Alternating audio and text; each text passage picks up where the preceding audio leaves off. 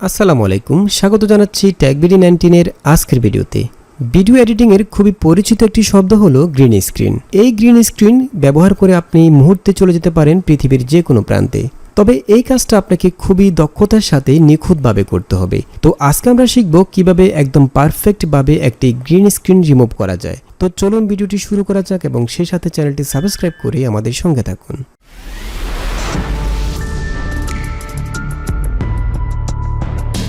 Welcome back. তো বন্ধুরা, green screen remove করার জন্য আজকে আমরা ইউজ করব এডিয়াসের 8.53 ভার্সন। আপনি এই কাজটি এডিয়াসের যে কোনো ভার্সনে করতে পারেন। তো গ্রিন স্ক্রিন রিমুভ নিয়ে আমাদের পূর্বে একটি ভিডিও আছে, আপনি চাইলে সেই ভিডিওটি দেখতে পারেন। তবে আজকের ভিডিওতে আমরা বিস্তারিত আলোচনা করব।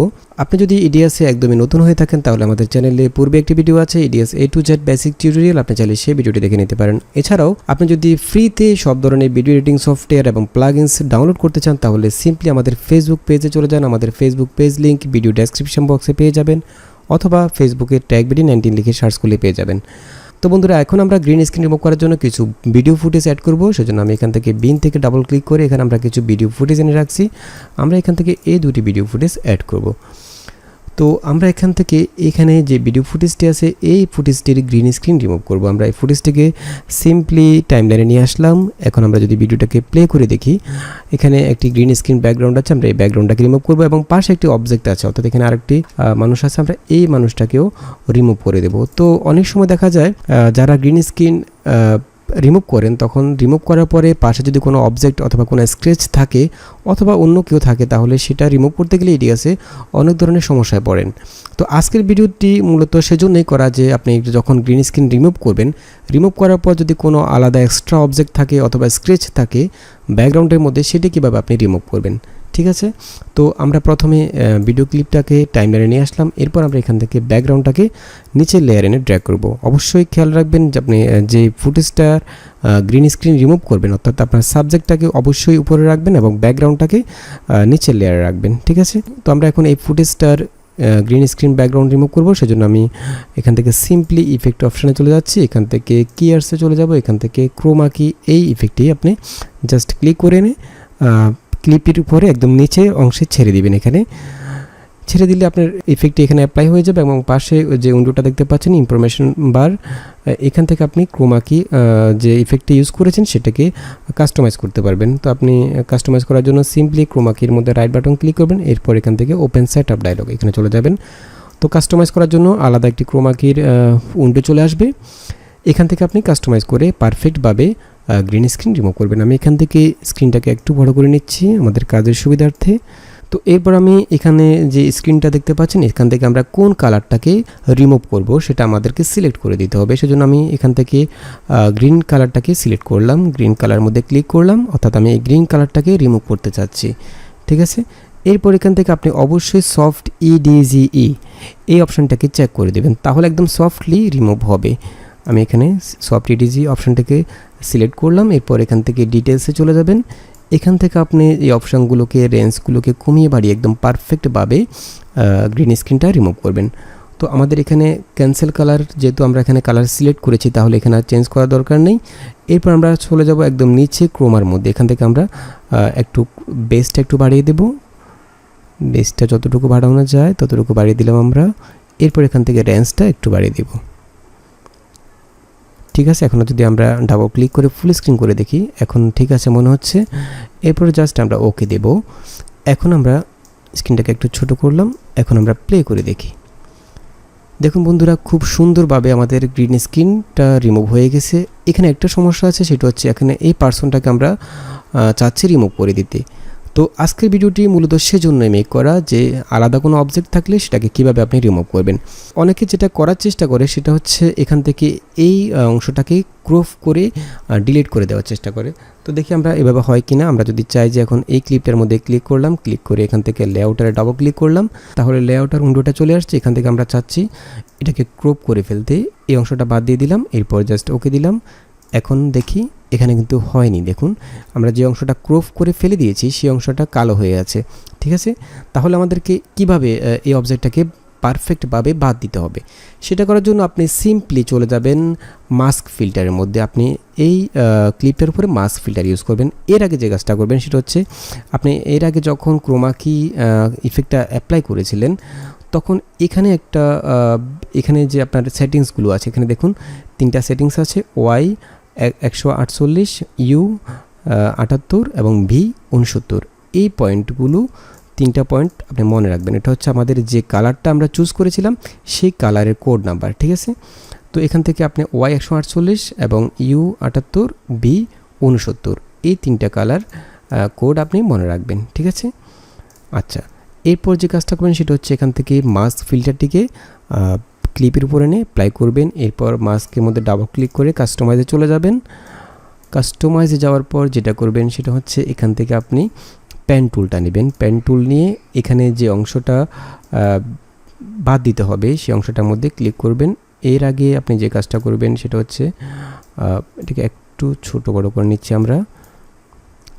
এর আগে কার্সরটাকে একদম প্রথমে রাখবেন। এরপর এখান থেকে এই বক্সটাকে চেক করে দিবেন। এরপর এখান থেকে আপনি মাস্ক পেন টুল দ্বারা যে অংশটা ডিলিট করা দরকার সেই অংশটা কেটে নেবেন। আমি চাচ্ছি এই অংশটাকে আমরা ডিলিট করে ফেলবো, অর্থাৎ বাদ দিয়ে দেব। আমরা এতটুকু অংশ পেন টুল দ্বারা সিলেক্ট করে নিলাম, ঠিক আছে। সিলেক্ট করে নেওয়ার পর এরপর যে কাজটা করবেন সেটা হচ্ছে আপনি এখানে ডান পাশে যে অপশনগুলো দেখতে পাচ্ছেন এখান থেকে ইনসাইড অপশানে চলে আসবেন। ইনসাইড অপশানে আসার পর এখানে নিচে ইনসাইড অপশানের মধ্যে পাবেন ফিল্টার্স। এই ফিল্টার অপশানটাকে চেক করে দিবেন। এরপর এখান থেকে ডান পাশে সিলেক্ট ফিল্টার, অর্থাৎ আপনি এখানে কোন ফিল্টারটি ইউজ করতে চাচ্ছেন সেই ফিল্টারটা এখান থেকে সিলেক্ট করবেন। তো আমি সিলেক্ট ফিল্টারে চলে গেলাম। এরপর এখান থেকে ভিডিও ফিল্টার্স, এরপর এখান থেকে চলে যাবেন ব্লক কালার। এখানে ব্লক কালারে ক্লিক করে এরপর সিলেক্ট দিবেন। এরপর আপনি এখান থেকে কাস্টমাইজ করবেন, সেটা হচ্ছে সেটআপ ফিল্টারে ক্লিক করবেন, অর্থাৎ সিলেক্ট ফিল্টারের পাশে সেটআপ ফিল্টারে ক্লিক করবেন। সেটআপ ফিল্টারে ক্লিক করার পর আমরা একটু আগে ক্রোমা কি থেকে যে কালার কোডগুলো আমরা দেখেছিলাম সেই কালার কোডগুলো এখানে বসিয়ে দিবেন। প্রথমে আমরা 148 মনে হয়, এরপর ইউটা হচ্ছে 78 এবং বিটা হচ্ছে 69, ঠিক আছে। তাহলে আমাদের ব্লক কালারটা একদম ব্যাকগ্রাউন্ড যে কালার ছিল ঠিক সেই কালার হয়ে গেছে। এরপর আমরা জাস্ট ওকে দিব।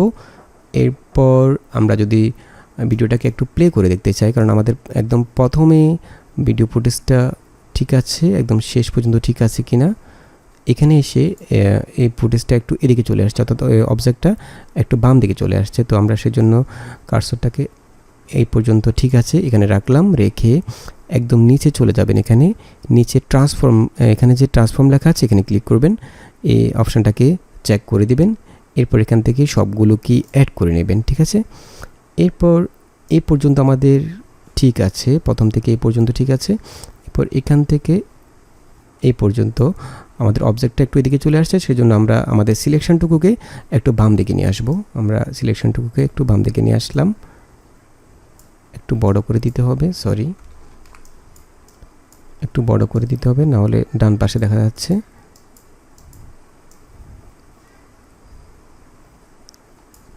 এখানে কার্সরটা রেখে আরেকটু বাম দিকে নিয়ে আসলাম। এখন একদম প্রথম থেকে শেষ পর্যন্ত আমাদের অবজেক্টটা দেখা যাচ্ছে না, ঠিক আছে। এরপর জাস্ট ওকে দিবেন। এখন দেখুন একদম পারফেক্টভাবে আমাদের যে আদার্স পার্সনটা ছিল, অবজেক্টটা ছিল, সেটা রিমুভ হয়ে গেছে। তো বন্ধুরা, আশা করি বুঝতে পেরেছেন। যদি আপনি গ্রিন স্ক্রিন রিমুভ করার পর স্ক্রিনের ব্যাকগ্রাউন্ডে কোনো স্ক্র্যাচ থাকে অথবা আলাদা কোনো এক্সট্রা অবজেক্ট থাকে অথবা অন্য কোনো পার্সন থাকে, সেটাকে কিভাবে আপনি সরিয়ে দিবেন অর্থাৎ রিমুভ করবেন, ঠিক আছে। আচ্ছা, এরপর আমরা যে কাজটা করব, আমরা এখন আমাদের গ্রিন স্ক্রিন রিমুভ করেছি, এরপর আমাদের যে আলাদা একটা অবজেক্ট ছিল এক্সট্রা সেটা রিমুভ করেছি। এরপর যে কাজটা করব আমরা সেটা হচ্ছে আমরা এই দুইটা লেয়ারকে একটি লেয়ার করে ফেলবো। তো একটি লেয়ার করার জন্য আমরা প্রথমে এরিয়া সিলেক্ট করে নেব। আমরা কার্সরটাকে প্রথমে রাখলাম, এরপর এখান থেকে সেট ইন, এরপর কার্সরটাকে শেষে রাখলাম। এখান থেকে আমরা ভিডিও ফুটেজটাকে একটু কমিয়ে দিচ্ছি, শেষে রাখলাম, রেখে এখান থেকে সেট আউট। এরপর এই দুইটা ক্লিপকে আমরা একটি সিকোয়েন্স করে ফেলবো। সেজন্য আমি এখান থেকে এডিট অপশানে চলে যাচ্ছি। এখান থেকে set between in out A sequence এখানে ক্লিক করব, অর্থাৎ আমরা যতটুকু এরিয়া সিলেক্ট করেছি ইন থেকে আউট পর্যন্ত এইটুকু এরিয়া আমাদের একটা সিকোয়েন্স অর্থাৎ একটি ক্লিপ হয়ে আসবে এখানে। তো এখানে একটা ক্লিপ অলরেডি চলে এসেছে, আমরা নিচের ক্লিপগুলোকে ডিলিট করে দিচ্ছি, ঠিক আছে। এখন আমরা চাইলে এই পুরো ক্লিপটার মধ্যে আমরা কোনো কালার কারেকশন ইউজ করতে পারি, কালার ইফেক্ট ইউজ করতে পারি। আমি সেজন্য এখান থেকে কালার কারেকশন চলে যাচ্ছি। এখান থেকে আমরা যে কোনো কালার কারেকশন ইউজ করতে পারি। আমি এখান থেকে YUB কার্ভ এই ফিল্টারটিকে ইউজ করব। এরপর আমরা এখান থেকে কাস্টমাইজে চলে গেলাম। এরপর আমরা একটু কারেকশন করে দিচ্ছি।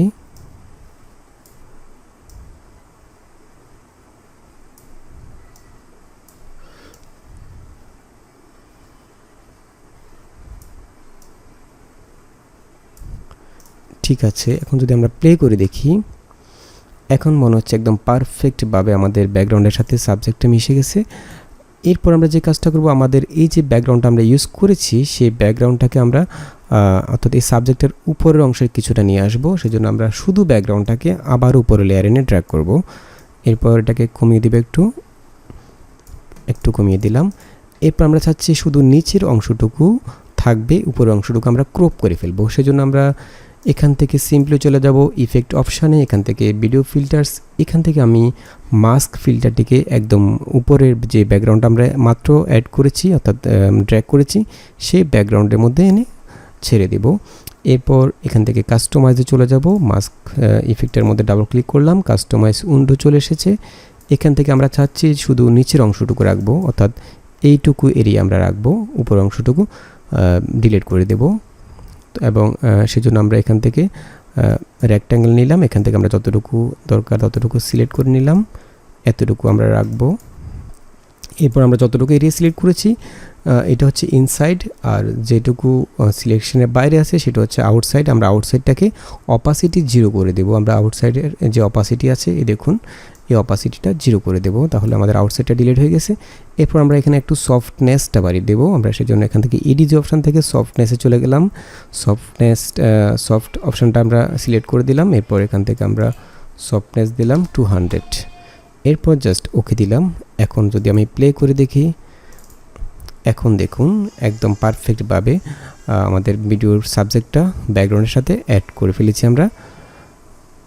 তো বন্ধুরা, আশা করি বুঝতে পেরেছেন কিভাবে একদম পারফেক্টভাবে একটি গ্রিন স্ক্রিন ভিডিও তৈরি করবেন। এবং গ্রিন স্ক্রিন ভিডিও তৈরি করার সময় যদি কোনো অবজেক্ট থাকে ব্যাকগ্রাউন্ডে অথবা কোনো স্ক্র্যাচ থাকে তাহলে সেটা কিভাবে আপনি রিমুভ করবেন। আশা করি ভিডিওটি ভালো লেগেছে। যদি ভালো লেগেই থাকে তাহলে অবশ্যই একটি লাইক দিয়ে দেবেন এবং দেখা হবে পরবর্তী ভিডিওতে। সে পর্যন্ত ভালো থাকবেন, সুস্থ থাকবেন। আল্লাহ হাফেজ।